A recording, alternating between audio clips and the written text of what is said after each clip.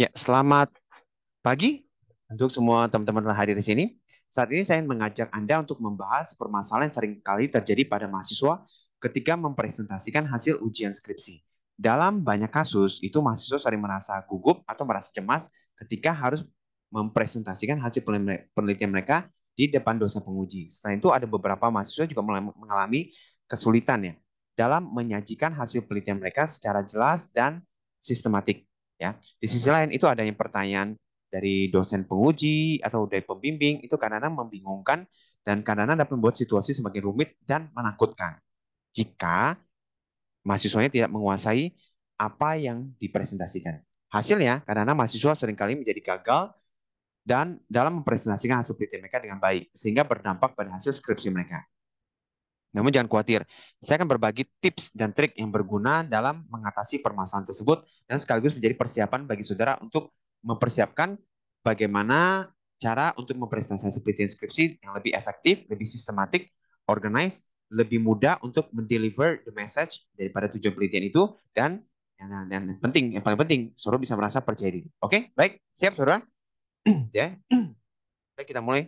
Sebelum mulai, jangan lupa dulu, saudara, kalau saudara merasa ini video berguna, jangan lupa share video ini kepada teman-teman kalian yang juga sedang persiapan untuk maju sidang. Semoga video ini bermanfaat dan memberikan tips-tips yang berguna. Oke, baik, bisa kita mulai? Izinkan saya untuk share screen ya.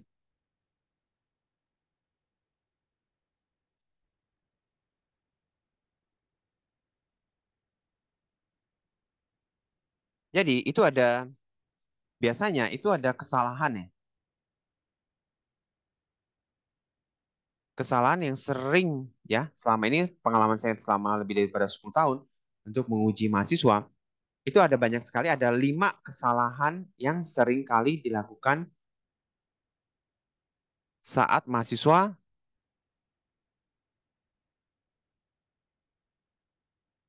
ini saat presentasi hasil ya.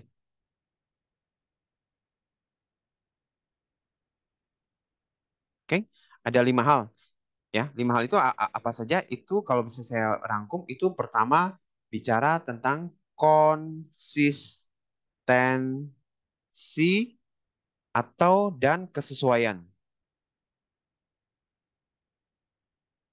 Dan ini konsistensi ini saudara bisa lihat dari yang pertama itu yang sering kali dari hasil penelitian, presentasi hasil penelitian, itu yang sering kali yang tidak jadi konsisten adalah pertama, dari tujuan penelitian.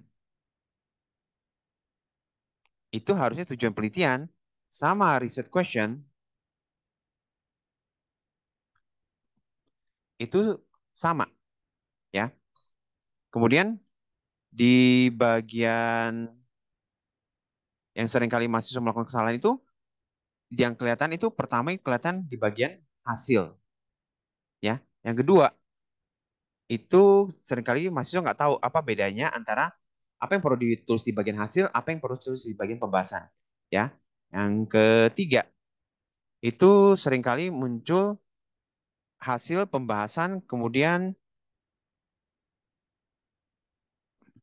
masuk ke bagian kesimpulan, itu juga kesimpulan juga salah, ya. Tiba-tiba muncul kesimpulan seperti ini, padahal di sebelumnya tidak ada dibahas dalam pembahasan, ya. Kemudian terakhir itu seringkali terjadi kesalahan pada saat memberikan saran penelitian ya. Saran penelitian memang sesuatu yang kecil, sederhana, tetapi itu membuat suatu impact yang sangat besar. Karena kenapa? Karena kalau waktu saat saudara melakukan penelitian, saudara menginvestigasi waktu penelitian, menginvestigasi waktu, kita tentunya berharap ya dari penelitian ini bermanfaat. Nah itu bisa terlihat manfaat yang bisa terlihat apakah ini penelitian bermanfaat atau tidak, itu kita bisa lihat daripada uh, saran yang ada. Ya. Kemudian yang terakhir, itu seringkali pada saat cara penyajian. Nah, ini juga sangat penting ya. Pada saat cara penyajian, baik menggunakan tabel, grafik, ataupun gambar atau ilustrasi, pastikan ini tabel atau grafik ini tujuannya untuk mempermudah, simplify, ya, bukan membuat jadi rumit, ya. Mungkin ada mahasiswa berpikir, wah keren ini saya tampilkan tabelnya tabel kompleks. Hasil ada analisis bivariat, ada analisis multivariat, hasil baik perhitungan statistik, ya. Tetapi pada saat kita ingin menjadi suatu informasi, pastikan informasi tersebut itu bisa mudah dipahami, sederhana, dan membuat hal yang rumit itu suruh mencoba membuat hal yang rumit itu menyajikan dalam bahasa yang mudah dipahami. Itulah yang lebih menarik dibandingkan menjadi sesuatu yang sifatnya rumit dan tidak ada orang yang paham. Ya, ingat ya bahwa penguji saudara itu mungkin berasal dari background ilmu studi yang berbeda-beda ya. Oke, baik saya akan bahas apa saja yang masing-masing detailnya. Oke, yang pertama kita mulai ya. Kesalahan yang paling sering mahasiswa lakukan pada saat presentasi hasil penelitian. Dan Soro kalau tahu seperti ini, at least Soro dengan Soro tahu lebih awal, Soro bisa memperbaiki dan bisa mempersiapkan ini terlebih dahulu ya supaya Soro tidak melakukan kesalahan tersebut lagi, yang kesalahan yang 80% mahasiswa sering kali terjadi yang mahasiswa sering lakukan. Oke, yang pertama itu di bagian hasil ya. Oke. Nah, pastikan itu di bagian hasil itu Soro bisa menjelaskan dengan rinci ya. Satu, siapa itu responden penelitian ya atau who. Ini penting. Nah, kalau saudara sajikan dalam bentuk siapa itu responden, minimal variabel demografi itu mesti ada ya. Demografi itu bisa bicara dengan bisa gender, laki-lakinya berapa banyak, perempuan berapa banyak, berapa jumlah N dan persentasenya. Ya. Kalau ini respon saudara ada variasi ya, ada laki-laki dan perempuan. Ya. Kemudian kalau ada data informasi umur, ya, kalau ada umur kategori ditampilkan bentuk N dan persentase berapa, misalnya di bawah 25 tahun, di atas 25 tahun, berapa jumlah N dan persentasenya. Yang kedua, kalau ada data umur dalam bentuk numerik, ya, sajikan dalam bentuk nilai min, standar deviasi, nilai minimum atau nilai maksimum, atau sajikan juga saudara bisa menyajikan dalam bentuk data informasi dalam bentuk nilai median.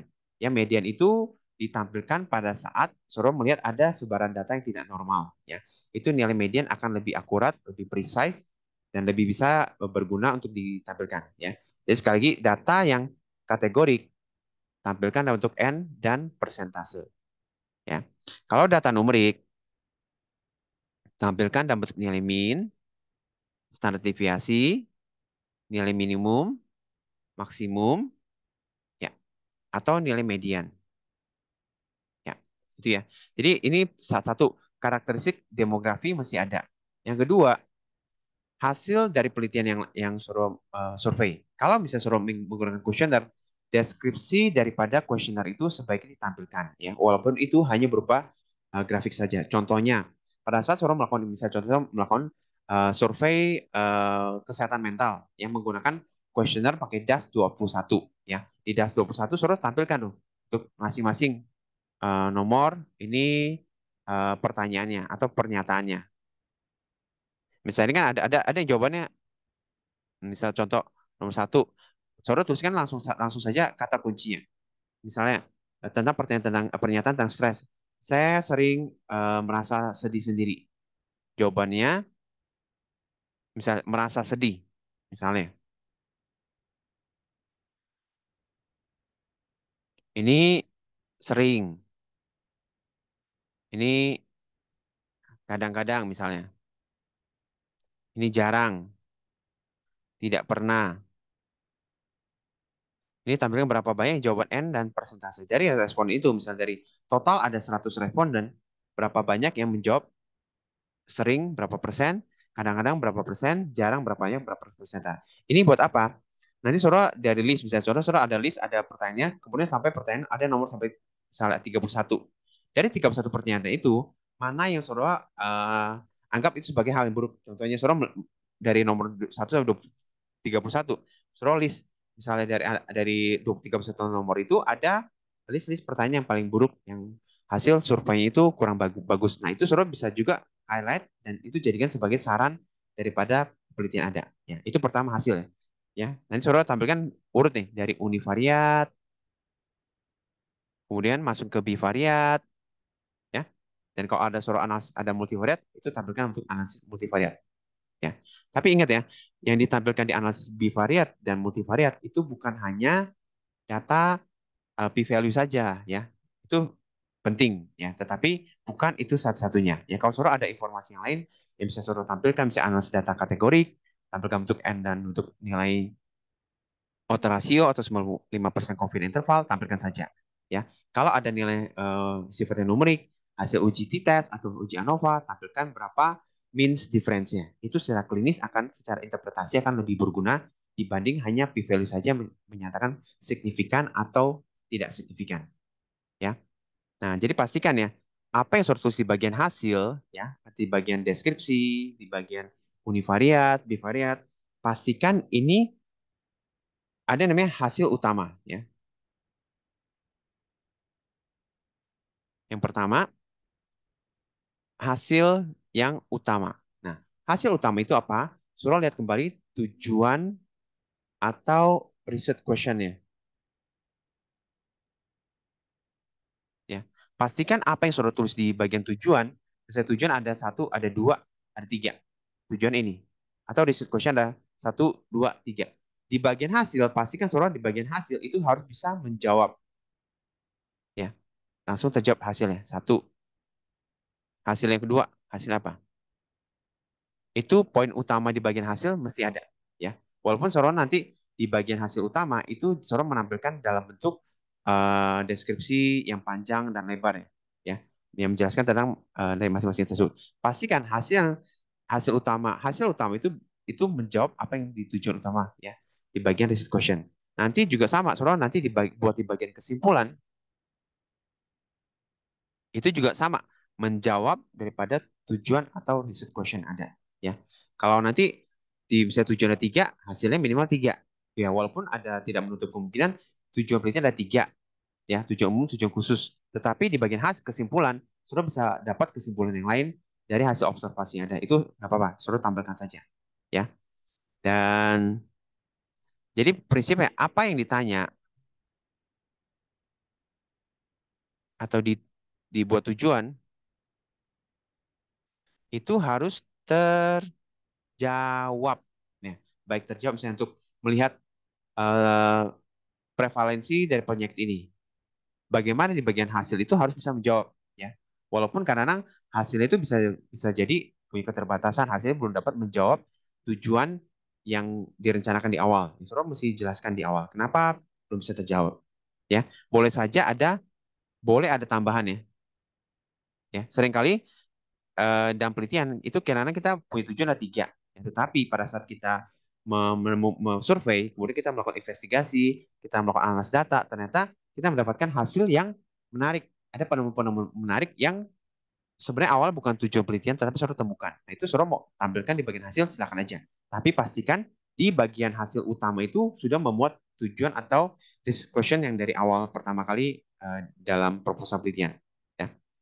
Dan yang kedua, di bagian pada sesuai presentasi, ya presentasi hasil. Nanti ingat ya, pada sesuai ujian skripsi atau ujian tesis atau ujian disertasi, pada saat yang ujian presentasi hasil, pastikan bahwa ini ada ujian sidang hasil, bukan ujian untuk ujian proposal lagi. Tapi oleh karena itu, saudara perlu memastikan bahwa apa yang ditampilkan itu lebih banyak memuat konten itu tentang hasil. Ya, bisa bilang ya sekitar 60 sampai 70% itu fokus dari waktu presentasi. Misalnya waktu presentasi sekitar 20 sampai 25 menit. Pastikan itu mungkin 60 sampai 70% itu saudara bisa mesti menjelaskan bagian hasil pembahasan dan kesimpulan dan bagian saran. Oke, itu yang pertama. Itu di bagian hasil. Oke, saya akan masuk bagian yang kedua itu di bagian pembahasan.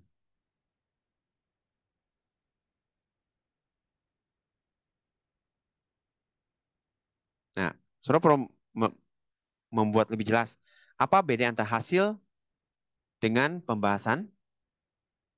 Apa yang mesti tulis di bagian hasil dan apa yang mesti tulis di pembagian hasil? Ya. Jadi kalau di bagian hasil kita benar-benar menjelaskan ya apa yang kita temukan, ya temuan baik dari data,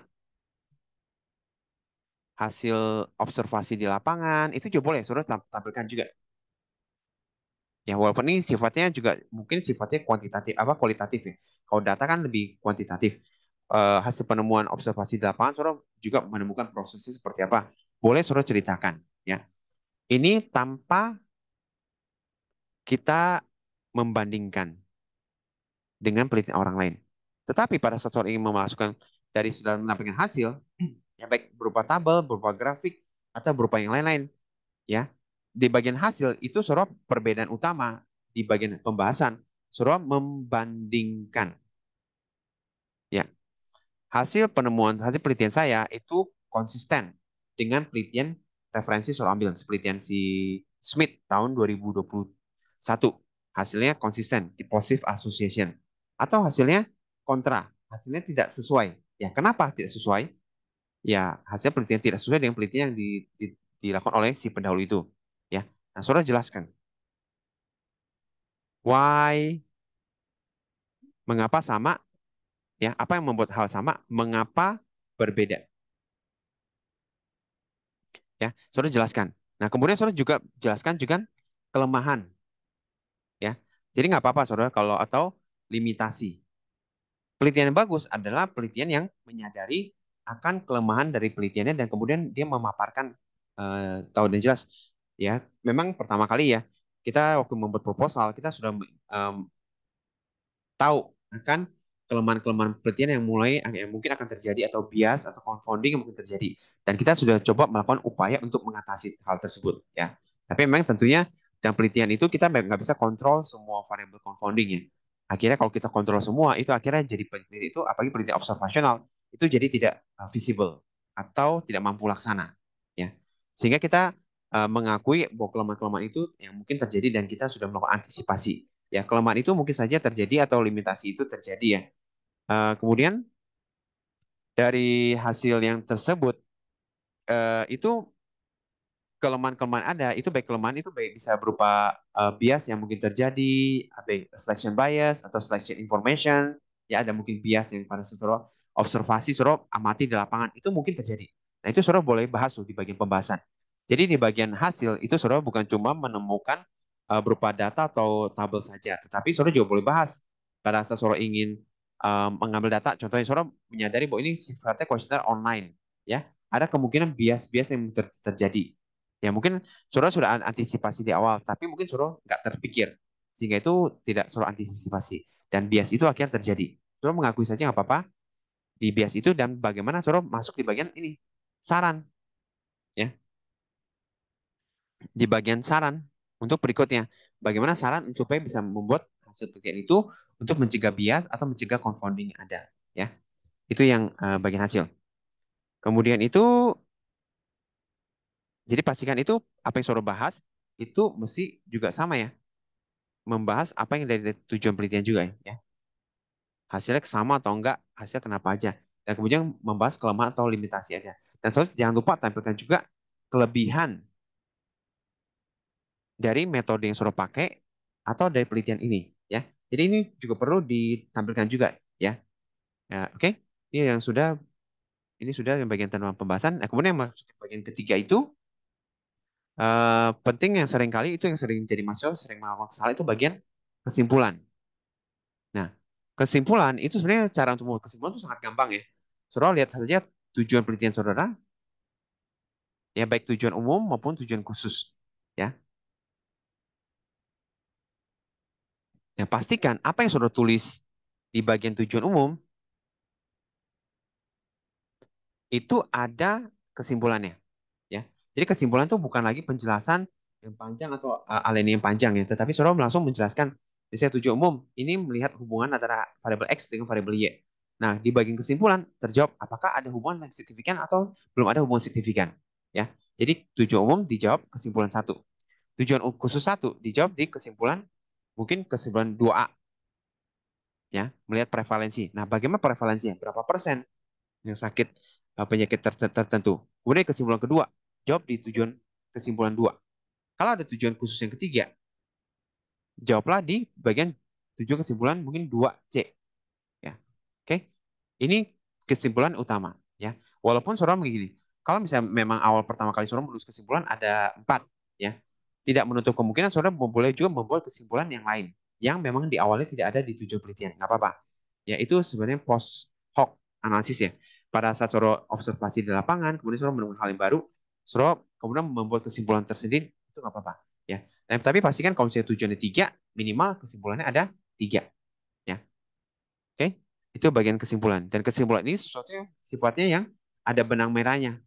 Benang merah maksudnya sesuatu yang relevan.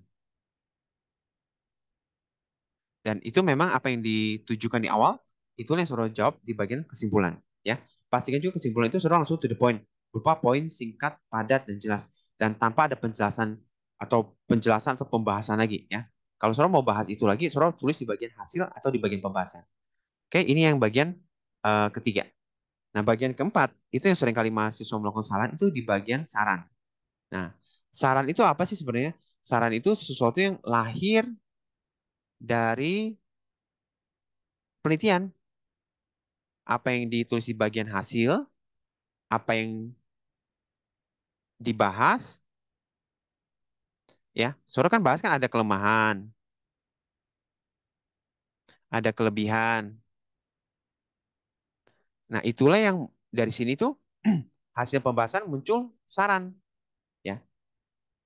Ya, jadi saran itu sesuatu yang bukan tiba-tiba muncul atau tiba-tiba lahir saja atau tiba-tiba yang seringkali mahasiswa banyak kesalahan itu satu saran kurang sampel, ya. Penelitian itu tidak signifikan karena kurang sampel sehingga butuh menambah sampel lagi. Nah, itu hati-hati kalau misalnya penguji suara ingin uh, penguji suara itu lagi iseng atau lagi nakal, kemudian di approve. Oke, saran penelitian ini betul sarannya kurang sampel sehingga butuh tambah sampel. Udah, suruh nanti tambah 1 semester lagi untuk menambah jumlah besar sampel. Ya, ini hati-hati. Kenapa? Karena di dalam penelitian itu saudara sudah menghitung namanya type 1 error dan ada type 2 error. Ya, artinya dalam penelitian itu saudara menjelaskan dengan menggunakan type 1 error, misalnya type 1 error Z alpha yang pakai 5% dan Z beta yang pakai 20%, ya, saudara mendapatkan besar sampel yang saudara hitung dari referensi ada, mendapatkan besar sampel minimal sebesar itu. Artinya, dengan margin error type 1 dan type 2 error sebesar ini, ya dibutuhkan sampel sebesar ini.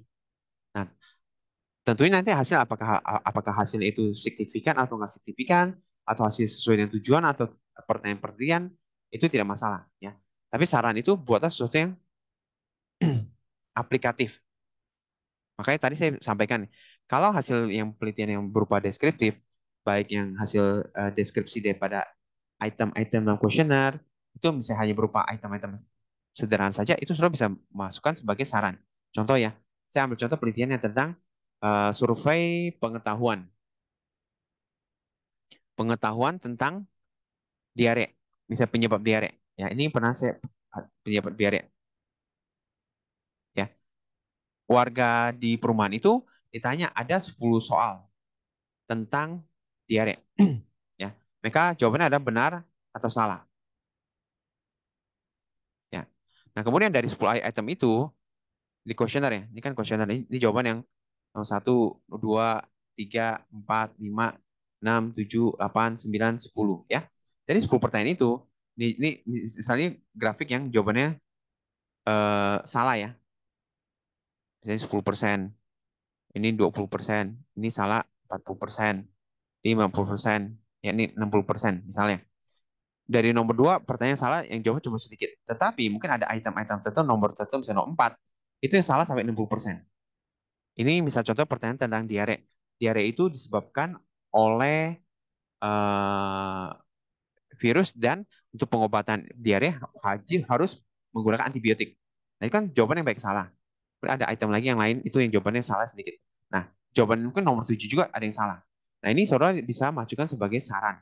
Contohnya, saran nanti kalau ingin penyuluhan edukasi kepada masyarakat, kita harus membuat saran yang aplikatif, Itu saran difokuskan untuk penjelasan tentang penyebab daripada diare bahwa tidak harus selalu minum antibiotik.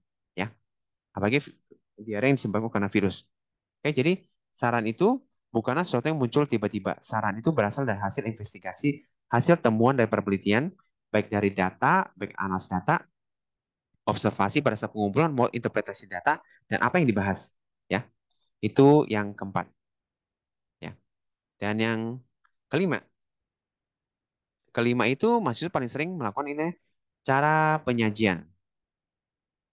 Saran saya, gunakan baik tabel, grafik, gambar, ataupun ilustrasi yang sederhana. Jadi sebenarnya sederhana dan mudah dipahami. Ya. Jangan menggunakan satu tabel, misalnya tabel itu yang menjelaskan univariat juga, yang menjelaskan deskriptif juga. Tetapi waktu Sartori menampilkan tabel, itu untuk membaca atau interpretasi data itu sangat sulit. Ya. Dan apalagi mempunyai makna namanya makna yang sering sekali kesalahan sering dilakukan mahasiswa kan itu menampilkan tabel yang terlalu rumit. Ya, ini rumit bukannya keren, tapi sesuatu yang menjadi nilai kurang atau multi tafsir. Multi tafsir. Ini sesuatu yang kurang bagus. Atau yang terakhir eh, susah dipahami. Ya, ya. Pastikan saudara menampilkan data informasi yang mudah dipahami. Ya, contohnya kayak tabel ya. Saudara menampilkan tabel, misalnya ini gender. Buatlah tabel yang mudah dipahami. Misalnya N, ini persentase. Ya, tampilkan ini data yang mudah dipahami. Ya, variabel yang lain juga ya. Kalau ingin menampilkan data nilai odds ratio, nilai 95 confidence interval, nilai p value, pastikan tampilkan dalam tabel yang sederhana. Apalagi yang seringkali mahasiswa pada saat melakukan kesalahan itu pada saat menampilkan data multivariat. Ya, pastikan multivariat sudah menyajikan informasi atau indikator statistik yang penting saja. Biasanya kalau di multivariat, kalau itu data kategorik, ya itu ditampilkan untuk ada informasi p-value, ada odds ratio atau relative risk, dan 95% confident interval. Ya. Atau ada juga kalau ingin melakukan persamaan statik, ditampilkan juga koefisien beta. Ya. Ya, walaupun Soro tahu ya, waktu Soro analisis data pakai output SPSS, itu ada juga data informasi yang lain yang keluar ya. Ada nilai koefisien yang lain-lain macam-macam, ada adjust atau yang lain, tapi tidak perlu Soro tampilkan semua ya. Kalau Soro ingin menampilkan data output SPSS, tampilkan untuk di bagian lampiran ya.